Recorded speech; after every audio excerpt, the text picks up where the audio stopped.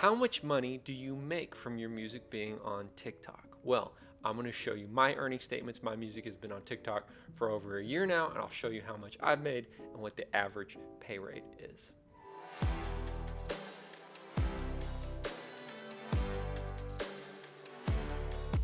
So we all know what TikTok is. It's that site where people dance around and do all kinds of stuff.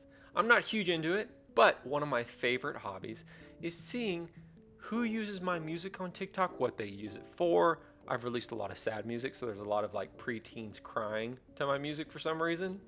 Like just really sad videos of them going through breakups and like just really sad stuff.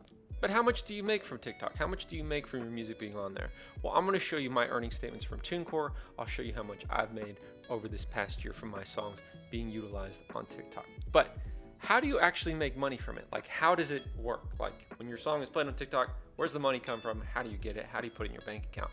Let me show you that real quick. So the process is you upload your music to TikTok through a distributor. Now, I like to use TuneCore for this. I think they do a good job of this.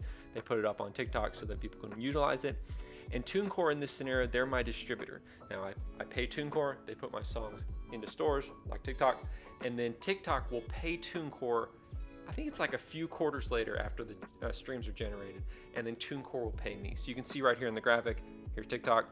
You have to hire a distributor to put your songs onto TikTok, and then TikTok will pay your distributor, which will pay you sometime in the future. I can't remember.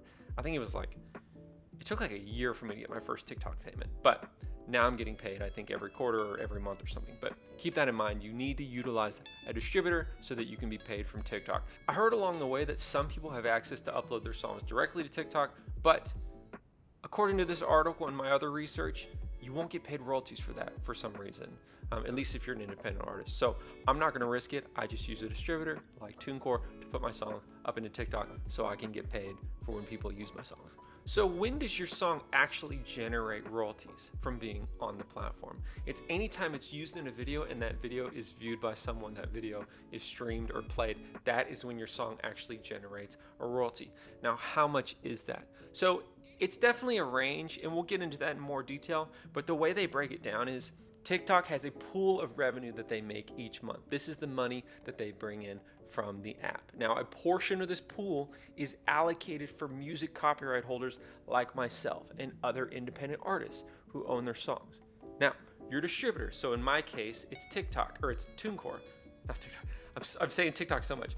It's TuneCore, and TuneCore puts my songs up into TikTok, and TuneCore has a special blanket deal with TikTok so that a portion of this artist pool is allocated for our artists, and so that we get a proportional share of that pool based on how many streams we generate on TikTok. Oh my gosh, I'm saying that so much. Okay, so how much is that? Like, what is the pay rate? Well, it's going to fluctuate because each month TikTok's going to make a different amount of money. The TuneCore artists are going to get a different amount of streams. I'm going to generate a different amount of streams. And so essentially the pay rate is going to fluctuate, and it's got a small little range. And we're going to talk about what that range is, and I'll show you my earnings, and you can see for yourself kind of a rough number that you can expect, a rough average as a per pay, per play on TikTok. So here you can see my earnings statement from having my music on TikTok over the past year. This is from October 2019 to October 2020. Now, at the time of this filming, it's actually January 2021, but this stuff is always so far behind. I mean, October was 3 or 4 months ago. It's just the way it works. You typically get paid a quarter after the royalties are generated from a service. So here you can see I've had about 87,925 plays, and that has generated $342.01. So what does that come out to per play? I pulled up my calculator, and we're going to do 342.01 divided by 87,925, and that comes out to 0.0038 cents per play. So every time someone plays a video on TikTok with my song in it, I make about 1/3 of a penny, or at least that's the average pay rate over the past year. But what's crazy is if you look at this on any given month, the pay rate's going to be a little different. Let me show you. So we'll say February. I made $7.18 divided by 1,264 streams. That pay rate came out to 0.00568. So that month, I got a little bit higher of a pay rate. Let's try another one. We'll do my biggest month, which was September 2020. I made $112.55 divided by 35,762. That comes out to 0.00315. So that's a little bit closer to the average. So before filming, I did this on a bunch of months, and the lowest month I found was about 0.002 cents per play. So my kind of unofficial range that I can expect for TikTok is 0.002 to 0.005, which comes out to about an average of 0.003 cents per play. So my next question is, how does that compare to other sites, like actual streaming sites like Spotify or Apple Music, whatever? So here's an article about the different pay rates for different distributors. This is put out by SongTrust, and they're a trusted source in the industry. So they say that the pay rate for Amazon Music is 0.0074 per play. Apple Music is 0.00783. Spotify is actually 0.0038, which is the exact average pay rate I had for TikTok. So it's kind of close to a Spotify stream. That's interesting. Or at least in my experience, it's been close to an average Spotify play. And then Napster is actually 0.019. Now this is so ironic to me.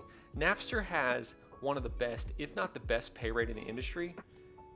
But Napster's also one that like ruined the music industry back in the late 90s. Like, how ironic is that? They completely destroyed the recorded music industry with stealing downloads and all this stuff. But now, if you stream music on Napster, they're gonna pay like the best rate across the board. It's almost like they're paying reparations for the fact that they completely screwed us all over. It's crazy.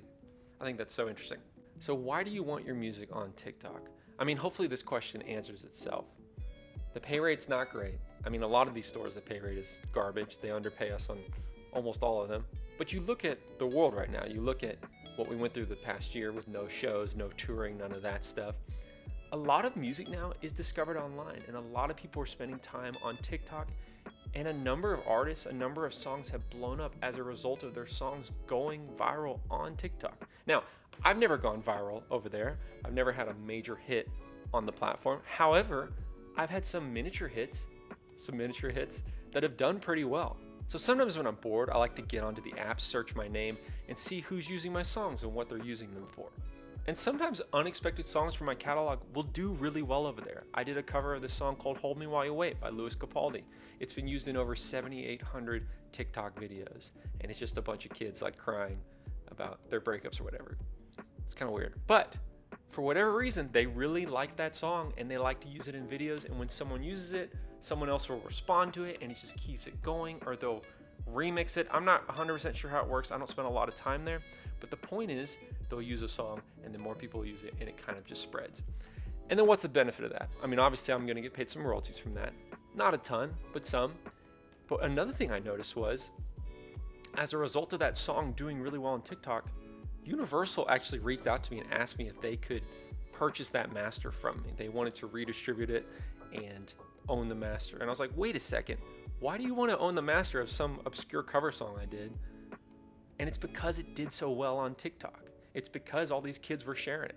And I ultimately turned Universal down because I was thinking, if they see value in this, I need to see value in this. And that song right now has almost 2 million plays on Spotify. And that's a result, I believe, from doing well on TikTok, from being a miniature hit on TikTok. And so when I'm searching through and seeing the songs that do well there on the platform, I like to see how it crosses over to Apple Music, Spotify. And I've noticed a trend, a correlation between songs that do well over on the platform and then on streaming services. So even if TikTok is way underpaying us, I still would argue you need to have your music there. You need to have your music everywhere that it possibly can be so that you can get that exposure. I know exposure is a bad word, but it will push to other things like Spotify or Apple Music, or help you grow a fan base or get some more followers on Twitter or whatever. I really do believe it correlates, and I've seen the proof of that. So if you want to get your music on TikTok, I really like to use TuneCore. Use my link in the description. It'll save you a ton of money. Like, they give me a really nice deal on that, so if you use my link, it'll give you a nice discount. So check out my link, check out TuneCore, and get your music up on TikTok. So thank you for watching. I'll see you next time. Bye-bye.